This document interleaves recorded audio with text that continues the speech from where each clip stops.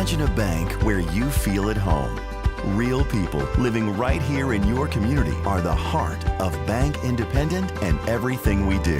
Bank Independent. We're invested in you. From the Tennessee Valley Weather Channel, this is your weather, live at 5. Hey, good evening, folks. Happy 5 o'clock hour. We're making it here into the second half of the day and the last day of the week. And as I mentioned, we're going to do a forecast update and, of course, our regularly scheduled update on this tornado watch, which goes in effect until 10 p.m. for Wayne County, Hardin County, Lewis County, and Murray County, as well as Tishomingo County. And you also get up to, towards McNairy County and Hardin County until, again, 10 o'clock. So it wouldn't shock me if we see some of these get trimmed back before 10 o'clock, but as of right now, we're not seeing too much. There's some scattered thunder shower development right now that's trying to break through. Some of it's kind of fizzling out, but as of right now, not seeing any huge indications of that being trouble just yet. But of course, any warnings do become issued over the next several hours, we'll let you know, and I'll be with you live nonstop till the danger's over. If there's a tornado type thing, and of course with severe thunderstorm warnings, we'll keep you updated on those as well, but we're not seeing huge indications of that for the imminent future. So let's go ahead and break down the forecast a little bit because we do have a little bit of a lull here. Matter of fact, let me step off here real quick and just take a look at the big picture. There we go. Evening forecast here for the next several hours. You do see those shower chances, right? Okay, so it's not zero. We do have that much for sure, but we don't have a perfectly conducive environment for extremely intense severe weather, so we're not going to be seeing it quite like the last few days, but that does not mean the chance is zero. Of course, there is that tornado watch, but that is not our prerogative. If we see it expanded or not expanded or cut back, any sort of decisions made on that, that's the SPC and National Weather Service, so we'll keep an eye on that. Temperatures stay in the 70s through this evening, so muggy, more like summer almost in some ways as to how the trends continue. We'll call it about mid to upper 60s for lows tonight, probably more upper 60s than anything else. We're really not cooling down all that much. Going to be a pretty muggy night for sure. Back to the lower 80s for tomorrow with thunderstorm chances ticking up for the second half of the day, hopping across the state line. We'll probably see some more of those mid 80s coming back in across the area, and especially the second half of the day, the overnight and into the first half of Sunday. That's where that severe weather threat is maximized once again across the area, right? Again, this is going to be late Saturday and into the first half of Sunday. It's a pretty wide window we're watching there as for those maximum chances over the next day or so, of course, through tomorrow especially. We'll have more specifics as to the exact timeline on that, but we do have that portion of the area in that level 3 out of 5 risk. A lot of us in this level 2 out of 5 risk. Then it tapers off really pretty quickly off to the east.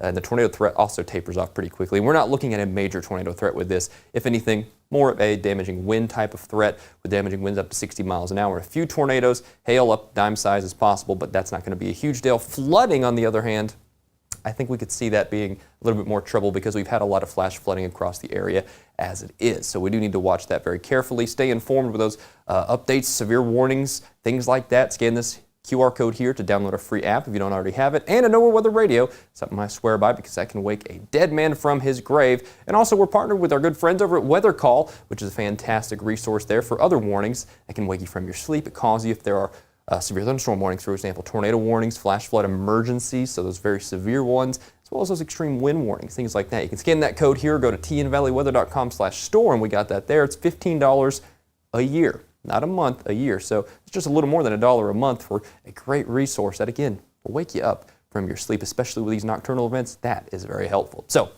here's one of the Futurecast models we use, and it really shows you the breadth of that timeline through tomorrow night into the first half of Sunday, right? We're seeing a lot of disagreement, but it's pretty safe to say that through that overnight time frame into that first half of Sunday, that's where we start to see those maximum thunderstorm chances. But otherwise, the rest of the week looks all right, but it will be cooler. We're going to be talking a little bit of a taste of those almost wintry type temperatures here coming in, not necessarily cold, so don't worry about it too much. We'll be in the upper 50s for our highs for a day or two, but still, that is definitely a notable cool down. And we might even be flirting with freezing for some of the overnight lows, so we'll have to watch that there. But otherwise, I don't expect any huge issues out of that. And again, you know, like the old axiom, wait till about tax day, April 15th. That's when you start to get the last freeze. Hey, it's kind of holding true here as we head into this first and second portion, really the first half of April. That's the time frame, right? But look at that. really nice. Now, we do have a few showers possible Thursday, but we're also coinciding with a warm-up then, so I think spring will return pretty much just like that. So again, through the overnight tomorrow night and into the first half of Sunday, we do have to watch for perhaps a few severe thunderstorms. Damaging winds are the main threat, not expecting huge tornado issues, but a tornado or two could be possible within that line spinning up here as it moves on through. So we'll keep you updated there. The threat does not look as high as these last few events, that's for sure, but doesn't need to be an extreme threat for it to be a real threat. So let's pay very close attention to that. And one more quick update here for that severe watch across the area. In fact, this is a tornado watch until 10 p.m. One more time for Murray County, Lewis County, Wayne County, Hardin County, and Tishomingo County until 10 p.m. North Alabama, Lawrence County in Alabama, and up here in Tennessee, Giles County, Marshall County, you are not in that watch. So we'll keep a very close eye on things. I'll be back at 5:30 for your regularly scheduled watch update here. Of course, when there are these watches, we have these regularly scheduled updates every 30 minutes. So I'll talk to you then. Stay safe.